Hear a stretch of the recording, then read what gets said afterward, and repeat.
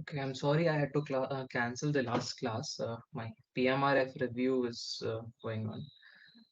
Okay, so we are a few classes behind as well. So we'll try to quickly cover things and I'll hand over some stuff to let you read by yourself. I'll just give hints and yeah, so we'll rush quite a bit now. Okay, so these are important things. Again, we are following POTSR, just to remind you. And we are starting with module 5 today. In the last class, we finished with module 4. We discussed a parallel plate waveguide and rectangular waveguide. So, similarly, cylindrical waveguide, you can uh, try to derive the equations by yourself. So the analysis is very similar. The same things are being done. It's just that using cylindrical coordinates in that. And then Podzar has also some paragraphs written on microstrip and strip line type of waveguides. So those paragraphs only state the formula. So I'll be just repeating them. So instead, you can just refer to the textbook for the formulas to find out the if you get any questions in exams. But yeah, again for strip line and microstrip things, the analysis is quite like lengthy. So even Pozar does not cover it. So yeah, you can just refer to textbook for these uh, three things, and we'll quickly revise with the this rectangular waveguide thing. So yeah, we covered most of the things in the last class. So we started with the this reduced form of uh, wave equation, and then we broke it down into the partial differential equation of such of this form. We had this assumption that our magnetic field looks like something like this, so we can separate it into two uh, parts, and then we formed this partial differential equation. And so this thing is very similar to what we have seen quite a few times while solving the wave equation. So again, we once we had this partial differential equation, we used whatever help we can get from our math friends to get these two differential equations. So we are defining the separation constants, and then in terms of the separation constants, we get the general solution, and we use the boundary conditions uh, to get the magnetic field. So again, over here, one thing was different, that we had the boundary conditions in terms of electric field, and we had the solution for magnetic field. So what we did was we calculated the electric fields from this magnetic field and then found out these constants. And then finally, when we had the constant values, we found out the final value for the magnetic field. And then again, we calculated all the electric field and magnetic fields. So that's what we covered. And then we defined some cutoff frequencies and the wave impedances. So you can refer to the slides. We discussed this in the last class, and we have I left the TM mode propagation as assignment. So all the analysis will be same. So we have already done TM, TEM for parallel plate waveguide, and T for rectangular waveguide. So this you can it won't be difficult. And in this again, you won't have to worry about doing the differential two times for the boundary conditions as well. And okay, so this chart is also there in Polestar for different modes. So you just have to understand which cross section you are looking at. This will help you get the number of like how the waves look like when they are propagating under different modes. So that's all that we till now from the previous class. And today we'll start with microwave network analysis. So this is I believe chapter 3 or 4. Just a second, I'll tell you. So this is chapter 4 in your Podzar. So over here, one thing that we know is that we can define voltages and currents on any like waveguide or any multiple port structures. So we can what we do is like to simplify our analysis, we once we have these voltages defined, we can we can consider we can we make these impedance and admittance matrices to solve different problems. So this simplifies the total analysis into just certain values at the ports. So if we had to find out voltage values over here, and we had the uh, okay, so we had to, for example, if we had some source over here, and we wanted to calculate what will be the voltages and currents over here, what we can do is we can make a matrix of this particular system, and using that we can calculate the values over here. So what we are doing is we are trying to put the system into a matrix, and then using some inputs we can get some outputs. So this simplifies our analysis. And we will discuss three matrices today: impedance matrix, admittance matrix. So basically, this admittance matrix is just the inverse of this impedance matrix. And the next one will be a scattering matrix. So that is something new if you have not already covered this in your undergrad. So yeah, so so for any arbitrary network, we can define this impedance or admittance matrix, and using that we can uh, just a second. Okay. So using that, we can easily do formulations for the problems. So we'll start with any arbitrary n-port microwave network. So for example, let's take the example for this, and so we can see only 5 ports over here, but let there be n ports, and we are defining this particular terminal plane over here, and at this plane we are calculating the voltages and currents. And what values are we looking at? We are looking at the incident and reflected both values.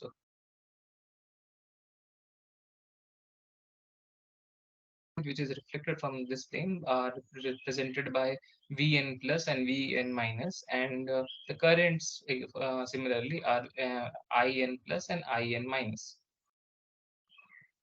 And the these planes are also important because this will give us the phase values at this particular port. Now, at any port, we can define the total voltage value as the sum of the incident and the reflected voltage values. And similarly, the current can also be defined as this sum of the incident and reflected current value. So we are taking this minus sign because we are considering because we are taking some direction for the this current. So this has been taken into account. That is why minus sign is over here. Now, once we have these voltage and current values, we can define this particular matrix, which relates the voltages value to the current values. Now, this Z11 is the impedance. Like if you try to expand this, you will find V1 is equals to Z11, I1, Z12, I2 similarly. So this voltage at V1 will be dependent on all the impedances offered by all the ports and the current flowing through them. And similarly, we can for all rows we can define this. And in short, we can write this voltage matrix is equals to the impedance matrix multiplied by the current matrix. So this voltage and current vectors actually. So these are just uh, columns, and we have this as this is a matrix. Now, similarly, we can define the admittance matrix where we were relating the currents in terms of the voltages and the admittances offered by the different ports. So we can write the current at port I1 is equals to the admittance at port uh, uh, 1 and the voltage at port 1. Admittance this Y12 into the voltage at port 2, and similarly. So these are the coefficients for all the voltages. And again, we can, in short, we can write it in this form. So, and also, as I stated already, that they are the inverse of each other. Now, for a particular element, for example, we looked at the matrix and we had Z11, Z12. So we can refer any element as Zij. So I and J are referring to the row and column number. So we can they are defined as Vi by Ij, and for k is equals to 0 for and k not equal to j. And what is this k? Okay. So k is actually we are running bit from particular. I think I lost something. Hmm. Okay, yeah. So, this basic we are saying that this is defined only when we do not have any when the current is not equals to zero. So in that case, this will become undefined. So for k is the current is the current at ij port should not be zero, and for rest of the ports the current should be current is zero. So essentially we are making the other ports as open circuit. So in words we can say that ij can be found by the driving port j with the current ij open circuiting all other ports. For example, so if we are saying that we are looking we're trying to find zij, and the current, this is the jth port. So apart from the since this is j, rest all of the other ports will become open circuit, so hence current in all other ports will become zero. And measuring the open voltage at port I, for example, this is the ith port, and this is the jth port. So we'll measure the voltage over here and the current over here, and this the ratio will give us the zij between these two ports. So I hope maybe I'll use a pen over here. For example, this is the ith port and this is the jth port. So what we are doing is we are open circuiting all these ports. This is open circuit, this is open circuit, this is open circuit, and this is open circuit. And what we are doing is so we are measuring the current over here, we are measuring the current over here, and we are measuring the voltage over here. And this voltage divided by this current will give us Zij.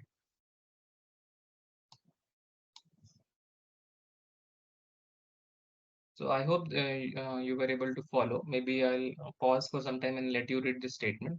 So read this. This is basically summarizing what is said over here. If you have any questions, you can ask. Um, Else we'll continue. So I'll pause for a minute.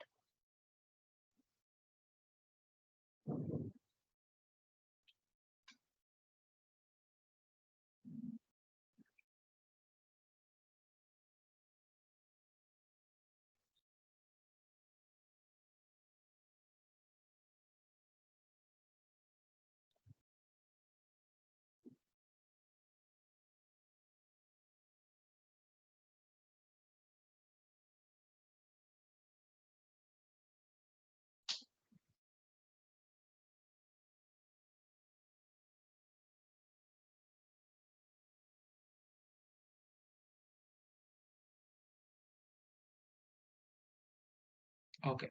So again, one thing that I did not say explicitly. So this ZII is essentially the input impedance seen at looking at port I. So if you're for example, if we were calculating ZII, so this will be the port under consideration, and again this will all yeah, so all the ports would be yeah. So if we were only looking at this particular port over here, and that in that case, the ZII will be the input impedance. So we'll be open circuiting all the other ports, and we'll calculate the voltage and current over or at this port only. And this we know that this gives the impedance, and this will be the input impedance looking at this particular port over here. And Zij is what we call as transfer impedance between ports I and J. So you can just remember these terms if somebody uses them. Input impedance we already know. Transfer impedance is something new. Yeah, also okay. This got scribbled. Yeah. Okay. So these are the two terms you can remember.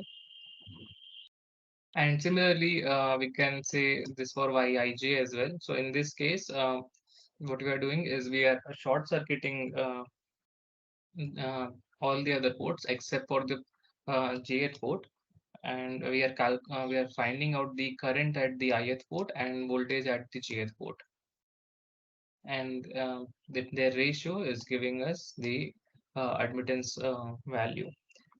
So again, similarly, Yij can be determined by driving the port J. So we at this port J, we are giving a voltage as Vj, and short circuiting all other ports. So all other ports will be short circuit in this case. Uh, okay, so something is wrong with the marker. Okay, so which just remember we were just short circuiting all the other ports, and yeah, and we are giving this voltage Vj over the jth port, and we're finding out the current at short circuit current at port I, and the ratio is giving us this admittance value. And again, and in general, the Zij or Yij element may be complex. So it need not be only real, or like it need not be only like it can be complex. Need not be as natural number, whole number. So we can have real and imaginary parts, and depending upon how the load is terminated, it will give this value. And for this for any arbitrary n-port network, the matrix which at this B form will be of n cross n size, and we will have two into n square independent quantities. So this is just for information, and these two are important actually. So this equation over here and this equation over here, this is important. Yeah. So if you have any questions, you can ask. Else we'll move forward.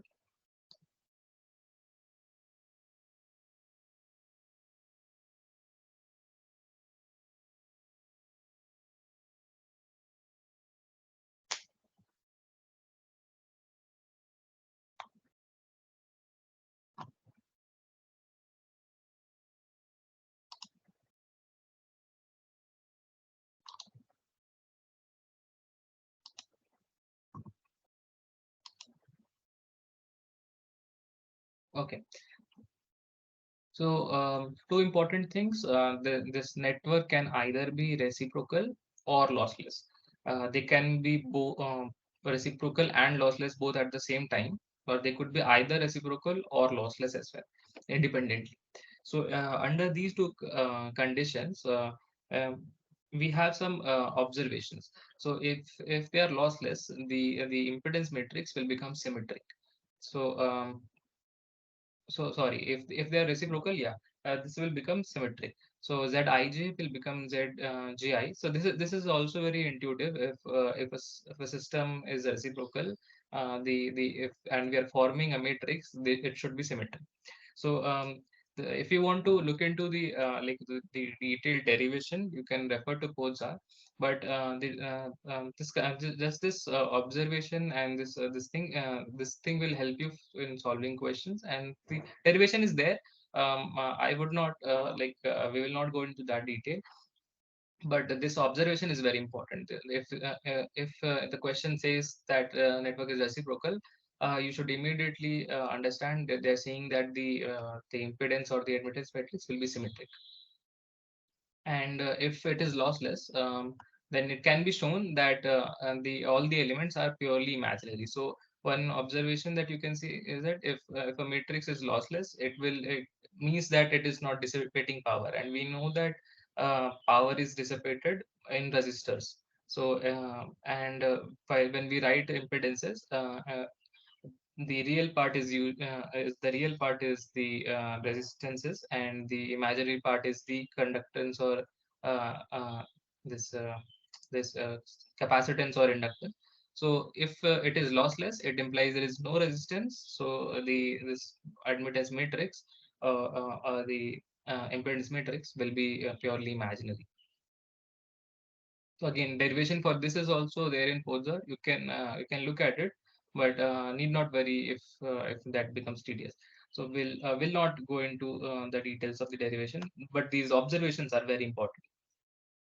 So in either of these cases, what happens is the number of unknowns become significantly less. For example, if you're trying to solve a problem in if this and the system is symmetric, you need not solve for half of the matrix, because you know that the rest half will help me get the values for the other half. So okay, so any questions from this? Else we'll just solve one numerical and then move forward.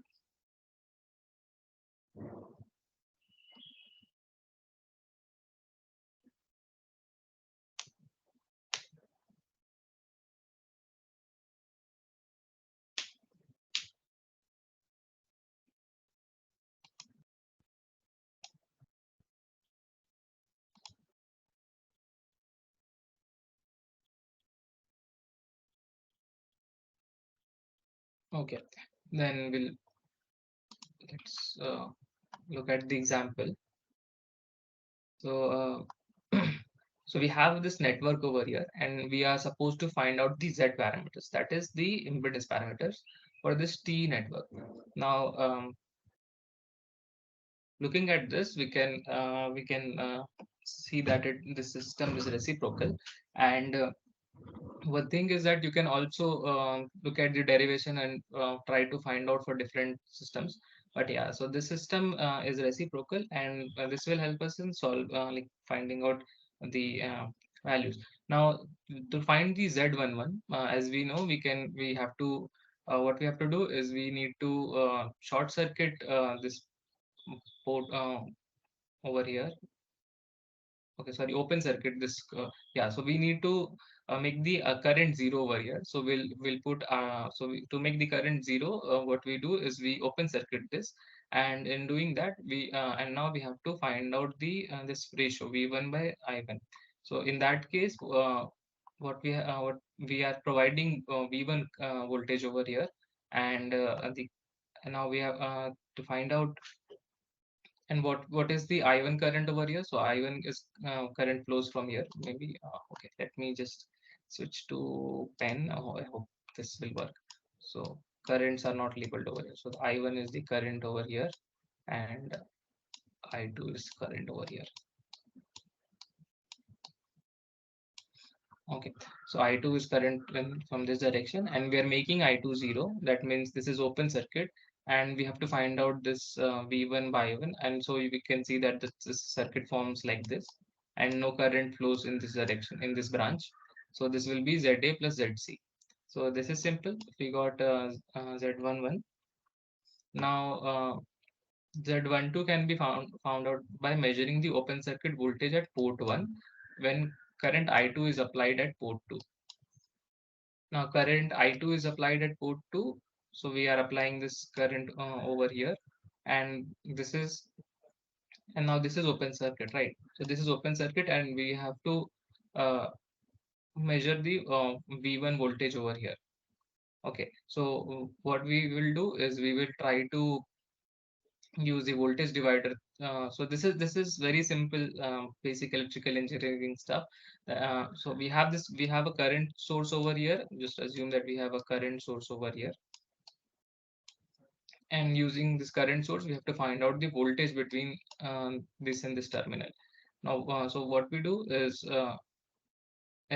we use the yeah we divide this current according to in these two branches, and using that we so the yeah so using that the simple voltage divider, we get this ZC. We're trying to find out the voltage across uh, this ZC, and since this is open circuit, there will be no current over here. All the current will flow from this path. So this ZB and ZC will be the only two resistors under consideration, and the ZC by ZB plus ZC will give the voltage across the this ZC thing. So once we have the voltage across ZC, this will be equal to the voltage. V1, and if you try to find out, we get this equal to ZC itself. So Z12 is found to be equal to ZC, and since we know this is reciprocal, Z12 will be equal to Z21. And to find out Z22, similar to what we did over here, we can use the same thing, and this is found out to be ZB plus ZC. So this is fairly simple. This is a very simple example to help you understand how to calculate the Z parameters. Um, yeah. So any questions you have from this?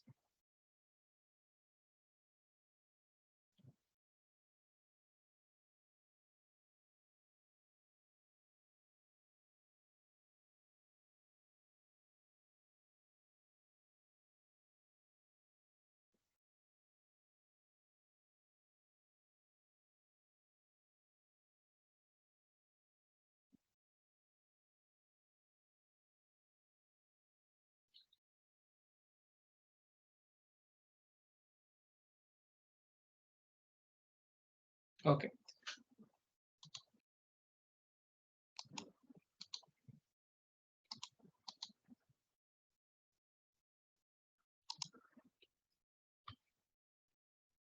So that was all for the impedance and admittance matrices. So the scattering matrix is like very important for microwave engineers.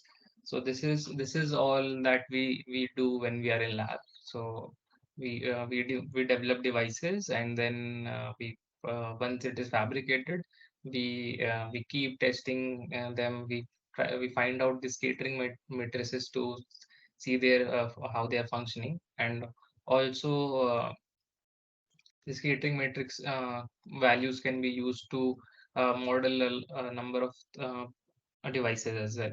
So this is very important, and this is actually somewhat similar, but a better uh, method to solve a particular circuit at higher frequencies. Now, the issue with equivalent voltage and currents is that like when we are trying to find out the impedance admittance matrices, we are using equivalent voltages and currents, but this is somewhat difficult at high frequencies because the phase change comes under play, and uh, the uh, the phase thing is very important for high frequencies. At lower frequencies, the phase change is very slow, and hence it can be neglected. Now, for like for but in case of scattering matrices, this we consider the voltages at different ports only, and it is and it this consider the phase thing into the matrix as well. So we'll see that.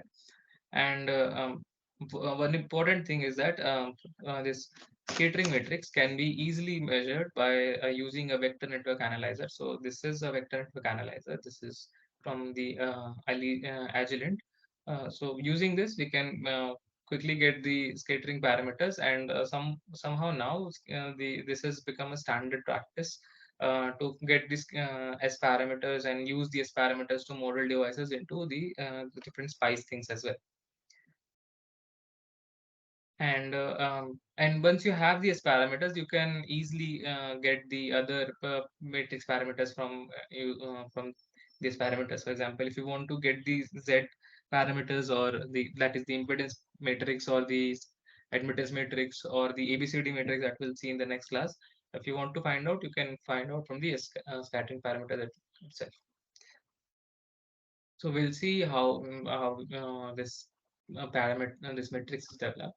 So again, we are considering a n-port network, and this Vn plus is the incident voltage, amplitude of the incident voltage, and Vn minus is the amplitude of the reflected voltage. A scattering matrix is defined in somewhat this way, that we have the incident this reflected voltages on the left hand side, and the incident voltages on the right hand side multiplied to the scattering parameters, the S11, S12, so on, and so similarly, we are filling this matrix in this way. And in short, we can write the matrix as B minus equals to S into V plus. And a specific element, for example, this S11 or any element, is defined as the ratio of the reflected voltage at port I divided by the incident voltage at port J. And we have to make sure that for K not equal to J, rest all the ports are not reflecting. So voltage reflected from the incident voltage, yeah, that is it. Yeah, so the incident voltage from all the other ports should uh, uh, should be zero. We are not saying that it should be short circuit. We are saying that the incident voltages should be the reflected voltages should be zero. So for that, what we do is we uh, we we terminate the ports using matched loads. So inverts, if as we say, Sij is found by the driving port J with an incident wave of voltage Vj plus and measuring the reflected wave amplitude from Vi minus coming out of port I.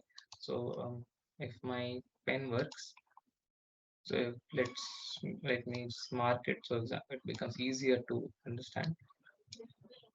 So that, and this is port I, this is port J, and what we are doing is we are measuring. We're driving the port J with a incident wave of Vj plus. So at J port, we are putting Vj plus.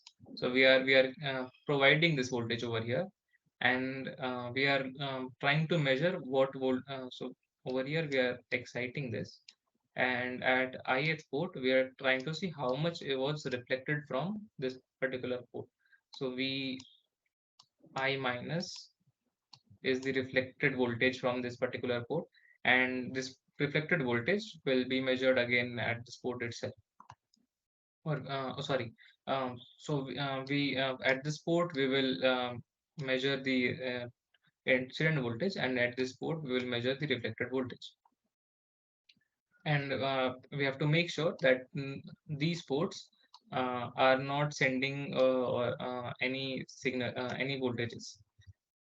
So to ensure that we will put matched loads over here, matched loads.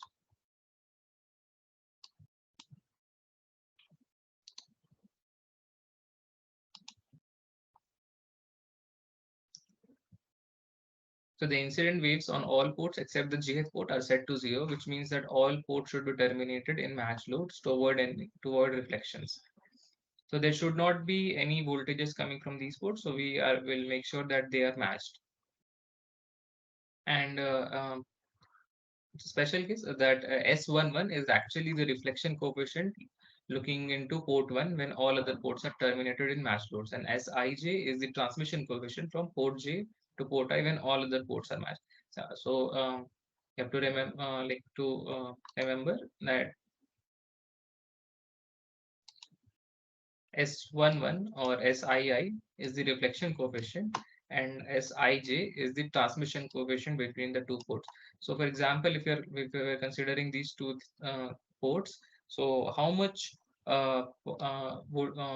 power is being transmitted from this port to this port is the transmission is given by the transmission coefficient, and that is what we are calculating using the Sij. And if all the other ports are matched, so whatever power is sent and reflected, or whatever voltage is sent and reflected, is given by the Sii. So that gives the reflection coefficient. So I'll pause over here, let you look at the statements. Uh, Please read them, and let me know if you have any doubts.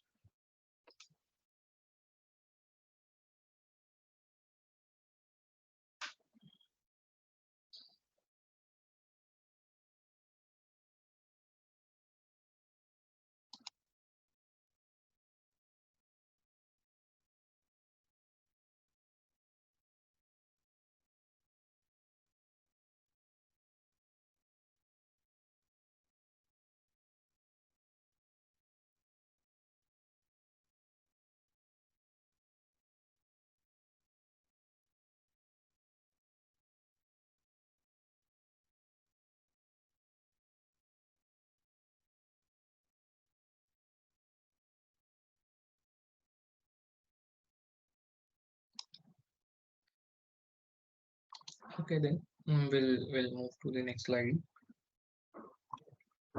So we'll look at this simple example. Just a second.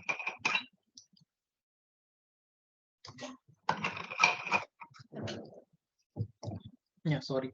So we'll look at this example.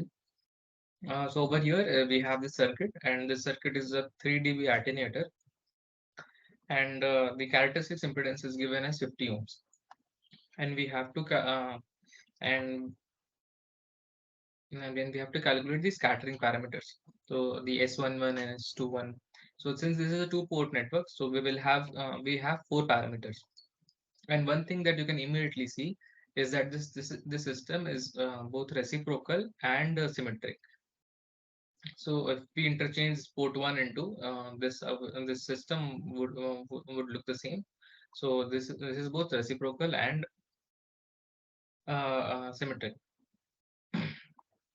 So to find S11, as we saw in the previous slide, that the S11 is just the reflection coefficient seen at port 1 when port 2 is terminated with a matched load, so Z equal to 50 ohms. So simple and easy, we just put a 50 ohm resistance over here, and then we try to find out the reflection coefficient. And to do that, we have this formula known to us: Z input over here, and then Z naught, and by Z input plus Z naught. Now substituting these values, we this as it turns out, this uh, Z input to calculate Z input, we get that this is equal to 50 ohms. So if Z input is 50 ohms and this load over here is 50 ohms, so it turns out the S11 is equals to 0. So I'll leave this math up to you, so you can use a calculator. But anyways, we find out that this S11 is equals to 0. And since we know that system is symmetric, the S22 will also be equal to 0. So out of 4, 2 we have already found out. And now to find S21, by applying an incident, we can find the S21 by applying an incident wave at port 1, V1 plus, and measuring the outcoming wave at port 2, V2 minus. So we will apply V1 plus over here, and V2 minus we will measure over here. And taking that ratio, we should get our S21. So uh, this is our formula for us. And okay, so a lot of things that we have to carefully consider. Now that we know that S11 and S22 are 0, we know that V1 minus is equals to 0 when port 2 is terminated in 50 ohm. What is V1 minus? V1 minus is the reflected wave from port 1 when port 2 is terminated with 50 ohm. So maybe I'll use pen over here. So this port is matched. When this port is matched, right? This we have 50 ohms over here. So when this port is matched, we are seeing that the S11 is equals to 0. Okay, so S11 is equals to 0, and S22 is also equals to 0. So this means that S11 is equal to 0 means that whatever power, whatever signal that we send over here, nothing is reflected back. So nothing is reflected back. Okay. So the reflected voltage from V1 is equal to 0. Uh, from this, so there is no reflection from this port, and whatever signal is transmitted from this port to this port, and since S22 is equals to 0, and this is terminated with a match load, there is no reflection from here as well. Okay, so there is no reflections from here as well. So there is no reflection coming back from this port as well. So if you put some power over here, there is no reflection from here, and there is no reflection from here. So this is what we are trying to say, is that we have V1 minus equal to 0 when Z naught is equal to 50 ohm, and V2 plus is also equal to 0. Okay, so V2 plus is the incident voltage over from here. So when we are sending signal over here and we have a match load over here, this implies also that there is no signal, there is no voltage traveling from this direction. Okay, so V1 minus is equal to 0 and V2 plus is equal to 0. Now this leads us to conclude that V1 plus is equal to V1 and V2 minus is equal to V2. So we have V1 minus and V2 plus equal to 0. So V1 was equal to V1 plus V1 minus. So V1 minus is equals to 0. So V1 is actually equal to V1 plus. And similarly, V2 was equals to V2 plus V2 minus. So V2 plus is equals to 0. So we have V2 equal to V2 minus. Now, by applying the voltage at voltage V1 at port 1 and using the voltage division twice, we find that V2 minus is equal to V2 across the voltage as the voltage across 50 ohm. Okay, so we'll go step by step for this. So we are applying voltage V1 now over here. So we are applying V1 over here. Okay, so we are applying V1 over here. When we apply V1, we can calculate the voltage over here. For example, um, there will be some voltage over here, there will be some voltage over here. And once we have this voltage over here, using this voltage, we can again calculate the voltage over here and voltage over here. Okay. So that is what is being said. We'll use the voltage division twice. So using V1, we will get this, for example, V maybe lambda, and using this V lambda, we will get V2 at port 2, and yeah, using that we are finding out this particular value over here. So okay, now look at this calculation over here. So you maybe go to the next slide. Yeah. So this 41.44 that is coming over here is actually from the first word like this parallel combination. So I'll leave this maths up to you. I've already told that when you apply voltage over here, it will be divided across these resistors and then again across we have 50 ohm over here, right? So across these resistors. So using that, we have to find out the ratio between voltage 1 and voltage 2.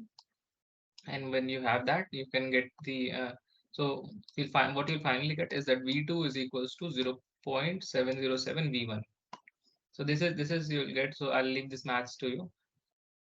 It is becoming increasingly complex to explain the the mathematics over here. You just use a calculator. Okay, so you'll find out that V2 is equals to 0.707 V1, and so then just taking coming back to over here V2 by V1. So we know that V2 minus is actually V2 and V2 and V1 plus is equal to V1, uh, and just taking their ratio, you get S12, and due to like the symmetry, we have the S12 equal to S21 equal to 0.707.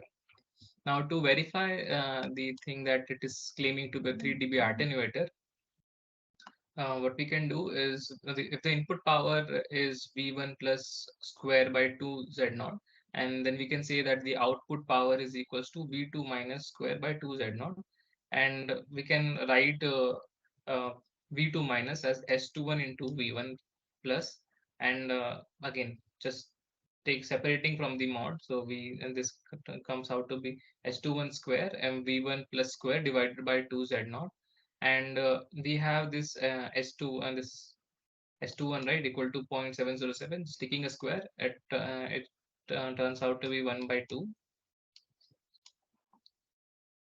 Yeah. Um, and so this is equal to V1 plus by 4 Z naught. So what we are doing is for the input power is becoming half when it reaches to the port 2. So yeah, so this is a 3 dB attenuator.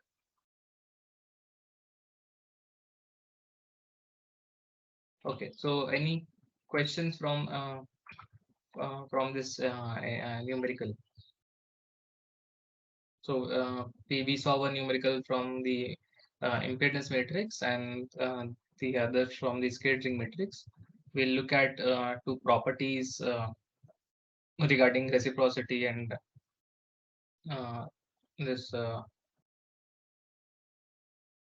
symmetry now, and then we'll close for today.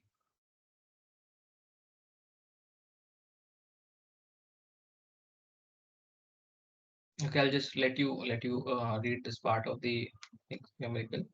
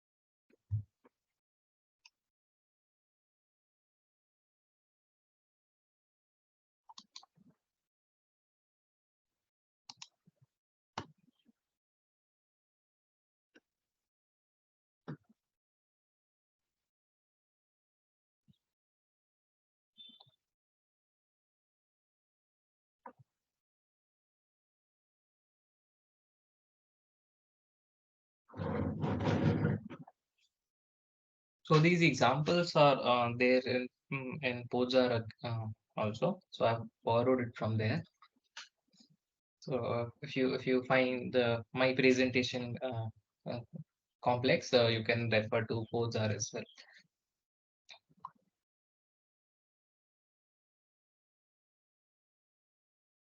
Okay, so we'll continue to the next topic.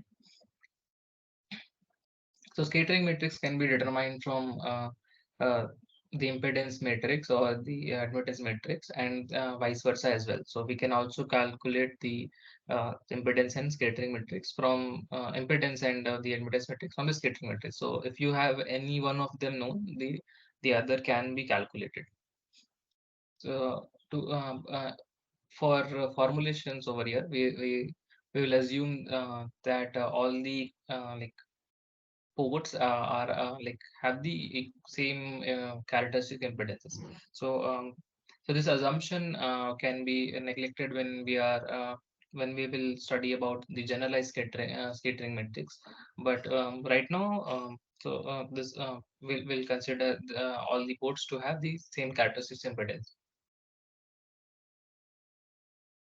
For convenience, since all of them are same, we'll just make it equal to 1, and the total voltage and current at the nth port can be written as Vn is equals to Vn plus Vn minus and In plus minus In minus. And again, since the impedance at all the ports are equal to 1, we can write In plus equals to Vn plus and In minus equal to Vn minus. Now using the definition of Z, like we have so we are using this this z into I is equals to z into v plus minus zv minus. So this I is the current uh, over here, and we are using this voltage matrix from here. So this using the second equation, we are getting this, and this is again this is equals to v equal to v plus v minus. So we are just writing the second equation in terms of the matrix for all the ports. Now, just simplifying this, just we are trying to just consider these two. Okay, let me use a pen. So using these two, not this one, using these two, this part and this part, what we're doing is we are taking the v minus common over here and v plus common over here. So we have this Z plus U. U is a identity matrix. Yeah, and So we are separating the V minus and V plus over here. And once we have this, this V minus by V plus is what we call as the scattering matrix. So using so we have this expression now over here. So if we have the impedance matrix known to us, we add the identity matrix and subtract the identity matrix to it, and take the inverse of this particular part and multiply it with this, and we get the scattering matrix over here. Okay, so this is how we calculate the scattering matrix from the impedance matrix. Now, if one thing that we can note is that for simple one port network, this is simplified to this expression over here, and we already know that this is how the like we have already seen this in the previous classes. So if you recall, this is like Z in minus z naught, and we have seen that we have taken z naught equal to 1, so this becomes 1, and similarly in the denominator as well. Now to find z in terms of s, what we rewrite it as okay, so we have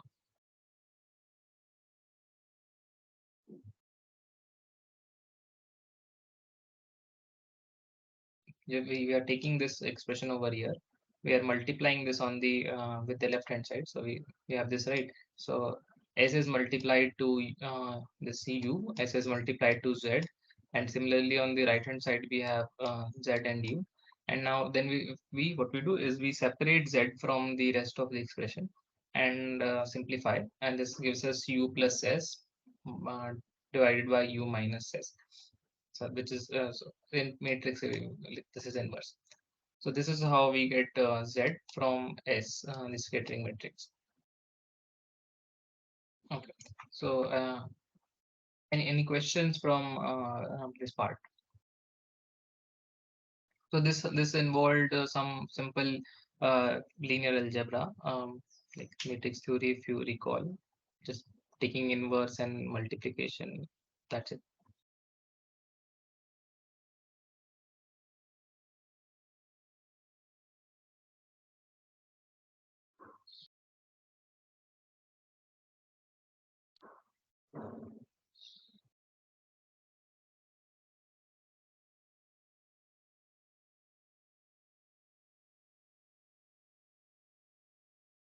Okay, I'll let you read. If you have any questions, you can ask or like write in chat as well.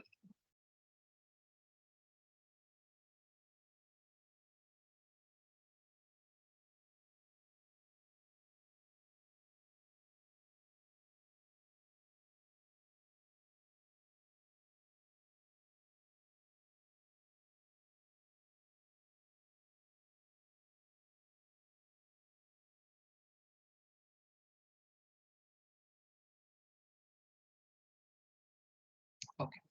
So I guess this was fairly simple. So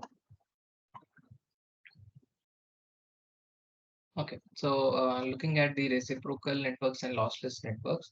So for admittance matrix and the impedance matrix, they implied that if if they are reciprocal, the system is reciprocal, the matrix will be symmetric, and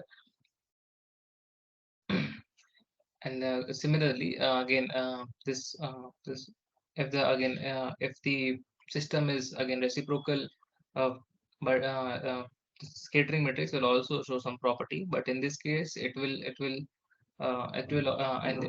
this case also this will be symmetric. And if the matrix is lossless, in the previous case it was imaginary. The admittance and the impedance matrices were purely imaginary, and in this case it will be unitary. So unitary is some property from linear algebra. So we'll look at how that property looks like, and how that some derivatives of that property as well. So if you don't recall unitary and the symmetric, need not worry. Whatever information is needed is present in this presentation. So we'll start with the again voltage and currents, and using these two equations we can write Vn plus and Vn minus in terms of Vn and In. So this is from these two equations we are writing the incident voltages and reflected voltage in terms of the total voltage and currents, and we can write them in terms of the matrix using these two expressions. So what we are just converting them into matrices, and the voltage can be given by as the product of current and impedance. So we have done that, and when we took the current as common, we substituted a unitary a identity matrix over here.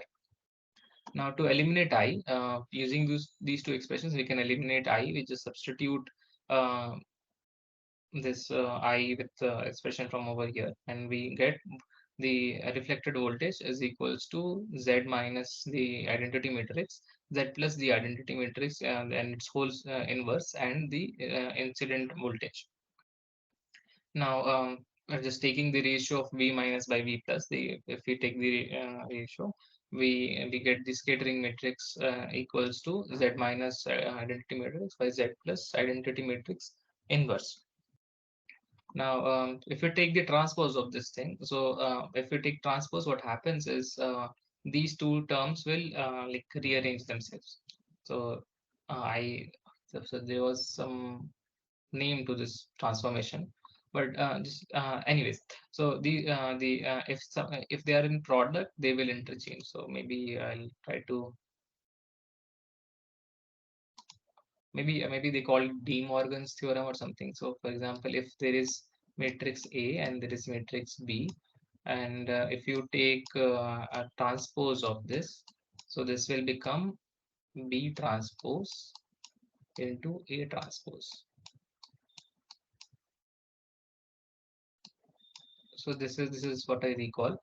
So that is what is happening over here. And so if you're taking transpose, and this transpose is, so this particular thing, this inverse and everything is this is considered as one matrix, and this thing is considered as one matrix. Okay, so these two are in exchanged, and we have this T over here, which refers to the transpose. Now this transpose can also be sent on these individual matrix as well. So this is distributive, but again this is this inverse over here. So now one thing that we know is U is the identity matrix, and if I hope you recall, but again I'll write over it. So identity matrix looks something like this. So we have ones on the diagonals, and zeros over here, zeros over here. All the other elements are zero except the diagonal elements, they are one. So since the, and if there is a matrix which has elements only on its diagonal, it is called a diagonal matrix. And now U is diagonal, so this implies that U transpose is equals to U. And if the network is reciprocal, Z is symmetric. So symmetric means again the transpose will be equal to the same matrix. Okay, I hope that this is okay. So when this is true, the above equation will reduce to again the same thing over here.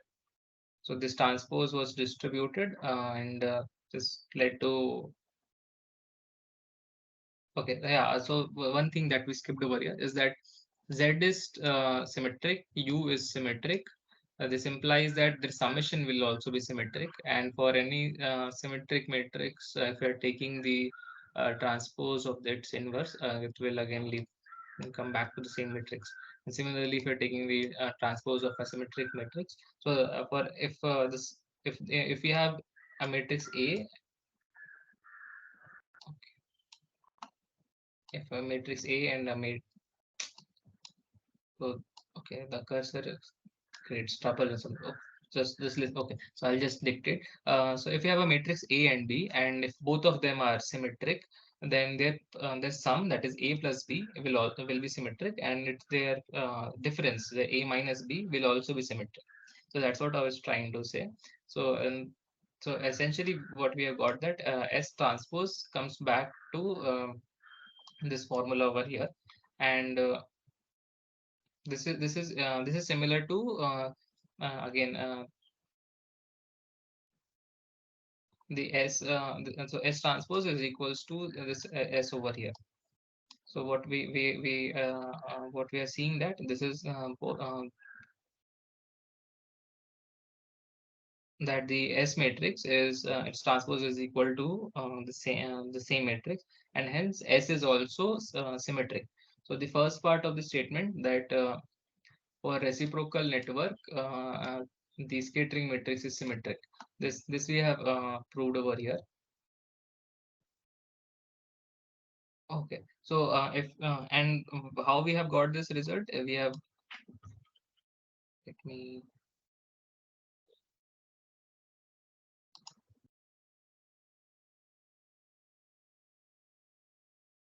okay this. How do I exit this?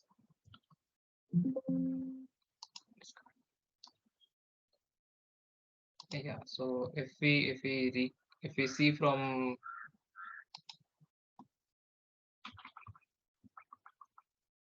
this expression over here when we were deriving, so we had S is equals to Z plus U minus Z minus U.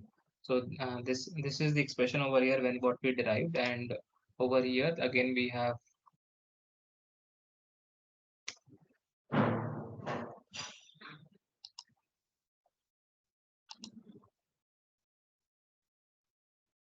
derived this expression over here.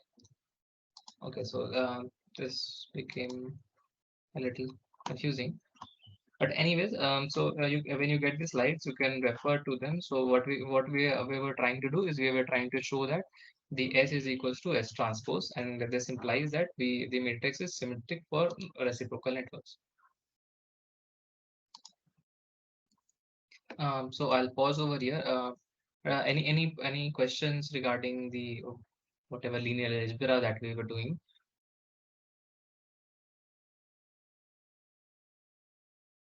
So I'll let you read this derivation.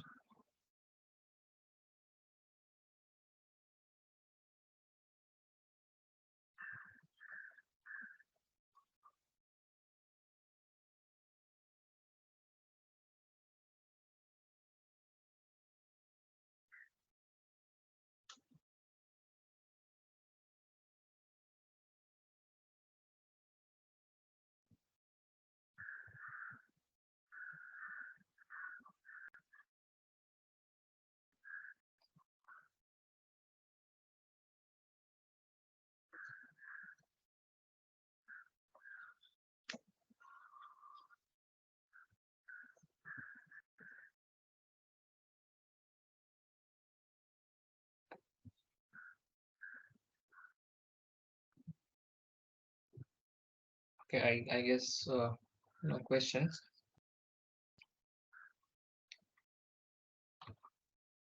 Now coming to the lossless part, if a network is lossless, it essentially means that no real power is being delivered to the network, and if the characteristic impedance of all ports are identical, and we are assuming them to be in unity, the average power delivered to the network, if we can write it like this. So okay, need not worry, we'll go by step by step. So we are taking the we transpose into I conjugate over here. So just because this is this we if there was just one port, it would be V into I, but since we are dealing with matrices over here, we have to make sure that we are multiplying them in the correct way, and since both of them are vectors, will have to take the V transpose over here, and we know that I will be okay, so it would have been V I conjugate, but so we are taking I conjugate over here. Now since with this we have V is equals to V plus V minus. So we'll substitute that. So that is done over here. And each of these terms will now have the transpose because transpose is distributive. And now, and similarly, the I can be written as I plus minus I minus. Now, since we have the characteristic impedance as equals to 1 unity.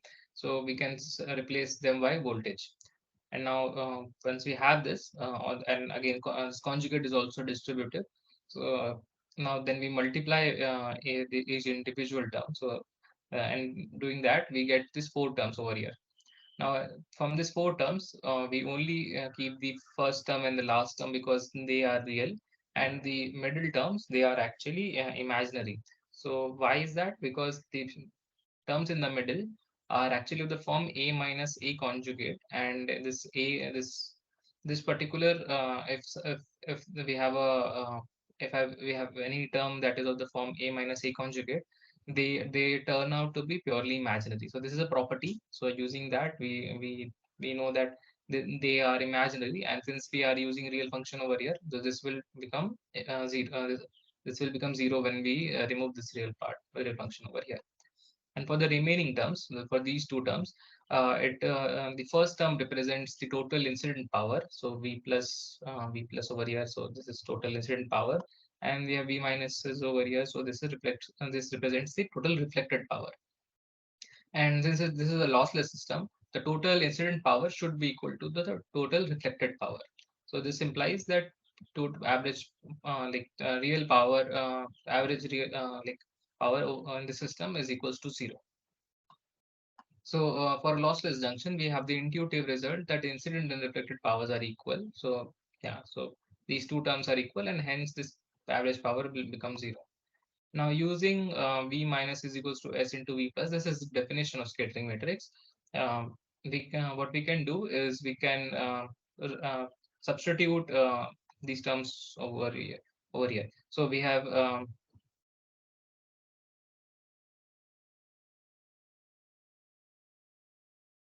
okay. So there is, how did we get this? Yeah, so using this term over here, yes, let me get a pen if that works. So using this thing, we are substituting it over here in this part over here. So V minus is being substituted by this term. So, and we have this transpose over here, right? So again, this A, B thing, A and B switching happens for conjugate and transpose both cases. So switching in, yeah, so transpose thing that will switch over here. So when we substitute this thing over here, we get this expression V plus transpose S conjugate V plus conjugate. And for non-zero V plus, so and one thing that you'll notice this is that this term is equal to this term over here, and this term is equal to this term over here.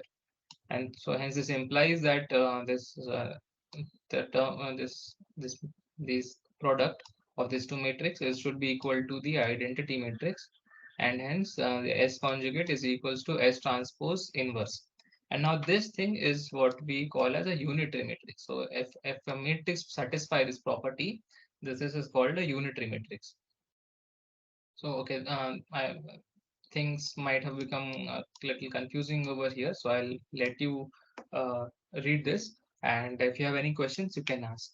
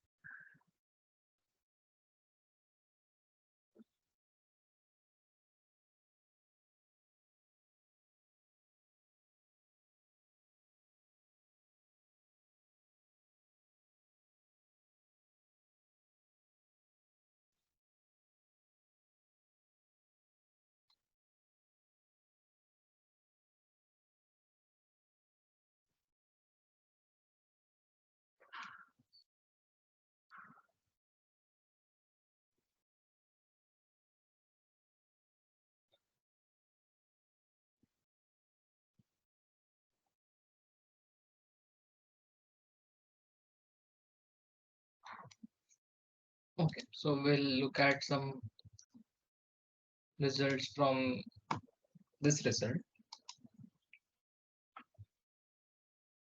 Okay, so we got this result in the previous slide. Now this matrix equation can be written in the summation form. So so this we're trying to write this in terms of the summation, and we are running this k from 1 to n, and we have I and j also for different, like the denoting the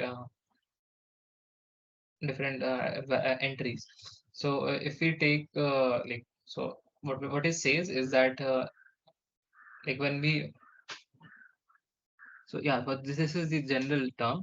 So ski into skj conjugate is equals to delta ij, and this knocker delta symbol, this so this delta ij becomes equal to 1 if I is equals to j, and delta ij is equals to 0 if I is not equal to j. So what this essentially means is that if I is equal to j, right? So this particular equation can be divided into two cases when I is equal to j, and in that case we have k equal to I from k equal to 1 to n, ki into ski conjugate equal to 1. So this essentially means that the dot product of any column of S with the conjugate of the same column gives unity. Okay, so maybe using use a pen over here. So if we have this scattering matrix over here, and if we are taking any column, for example, if we are taking this column, so if the entries of this row multiplied by the entries of the conjugate of this row itself, and its summation will be equal to unity. And when will that happen? When the network is lossless. And for I not equal to j, they will be equal to 0. Uh, okay, so when I is not equal to j, that is when we take the conjugate, the product of one column with the product of conjugate of a different column. For example, this is column 2, and we are taking the conjugate of this column and the and values from this column, and when we are multiplying the elements, this will become 0, and that will also happen when the network is lossless. So this is the rule, and this rule under two different cases, when I equal to j and when I not equal to j, and these are the observations. So product of entries of this column multiplied by its conjugate will be equal to 1, and product of the entries of first column with any other column, the entries of any other conjugate of the column will be equal to 0. So also, since this is true, if we have this true, we can also take transpose of this whole thing, and this will give us that S into S conjugate transpose. This will also be equal to the identity matrix. So all whatever we said over here will also be true for the rows as well. So if we have a matrix over here, and if we are taking entries from this column, so in this row, so if this the entries of this row multiplied by the conjugate of the entries of this row will again give 1,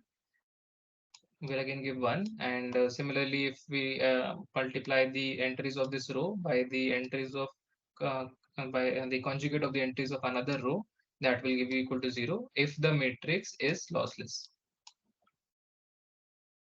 So any questions from this observation? So this will come in very useful while solving problems.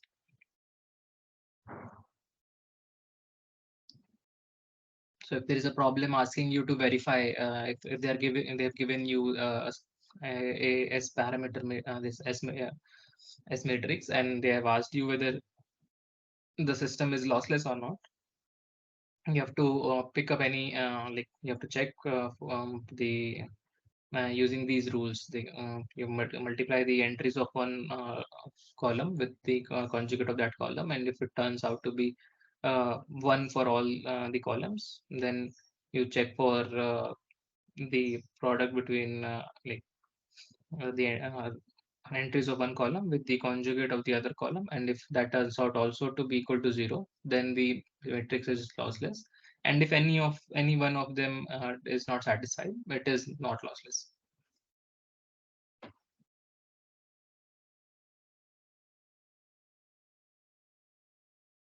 So any questions from this? Otherwise, we'll move to, I think we have one example to look at, and then we'll be done.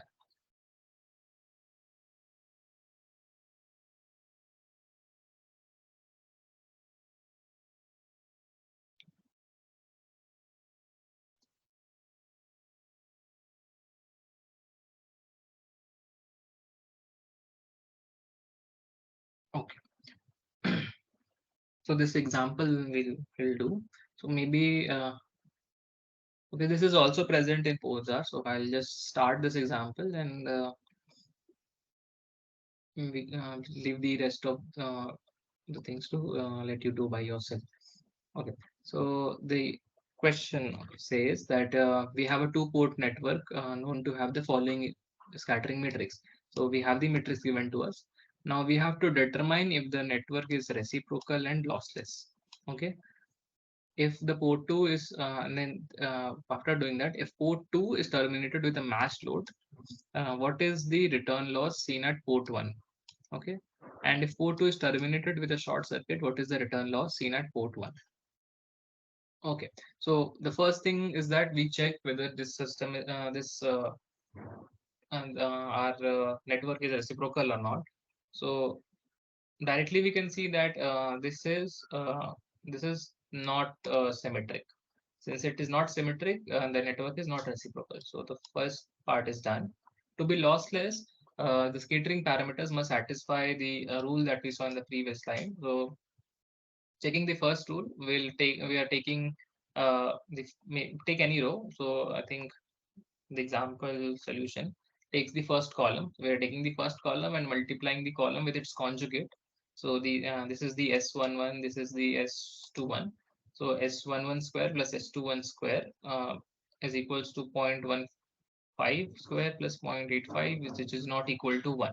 So hence this network is not lossless. Not loss, essentially this network is lossy. Okay, so first part is done. Now next it just asks us to, if port 2 is terminated with a match load, what is the return loss seen at port 1?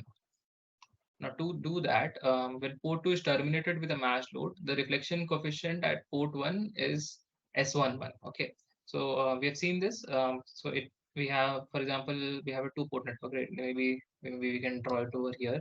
So there is two. This is the two-port network, and over here we have matched load. Okay, so this is the matched load over here. And if this is matched over here, so whatever the reflection coefficient is we've seen is equal to S11 over here, S11 seen over here. So we have S11 given over here. So this is the return loss will be calculated as minus 20 log of gamma. So gamma is 0.15. Now just use the calculator and get this value. So this is the return loss. Now, what happens if this is a short circuit? Uh, so port 2 is now is short circuited, and we have to calculate the return loss at port 1. So now in this case, we will have reflections from here as well. So in that case, the return loss will not be equal to S11. We have to do some more mathematics. Okay, so port 2 is terminated with a short circuit, and the reflection coefficient at port 1 can be found now using this. Now from the definition of the scattering matrix, we have the and the fact that we have V2 plus is equals to minus of V2 minus for short circuited port 2. So since it's short circuited, so whatever is incident will be reflected. Okay, so this is understood. V2 plus is equals to minus of V2 minus because of short circuit, and we can write. So this comes from the definition. V1 minus is equals to S11 V1 plus S12 V2 plus, and now we have that, and this V2 plus is equals to minus of V2 minus. We're substituting that again. Also for V2 minus is equals to S21 V1 plus S22 V2 plus. Again we can substitute V2 plus by V2 minus. So, and now using this, we can using the second equation, we have V2 minus is equals to 1 plus this S21 by 1 plus S22 V1 plus. Okay, so we have solved till here. Now in the next step, the reflection coefficient is for at port 1 is given by V1 minus by V1 plus, that is the reflected voltage by the incident voltage. Now this can be given by from the first equation, as S11 minus S12 V2 minus by V1 plus, and we have just found out this from the just from this equation over second equation over here. And after substituting that, we have as all the values in terms of the S matrix. So, we can substitute them with along with their phase values, and we can get this value over here. So to calculate the return loss, we have the this reflection coefficient over here. Just take minus 20 log of this value, and you can we get this 6.9 dB. Yeah, so that's it. I think this was all we had planned to cover today. Any doubt from this numerical? Uh, you can try solving more numericals from the textbook, Codsar or any other textbook that you might be following. Else we can end for today. So we covered the impedance and admittance matrices and scattering matrix. So we'll continue with the scattering matrix and also start with ABCD parameters maybe tomorrow. If not tomorrow, then the next class we'll see. Yeah, that's it.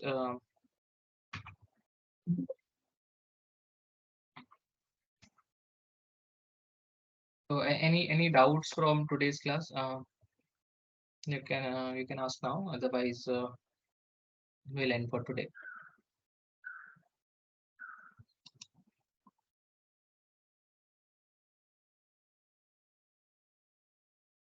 Okay. So maybe we'll stop recording meanwhile.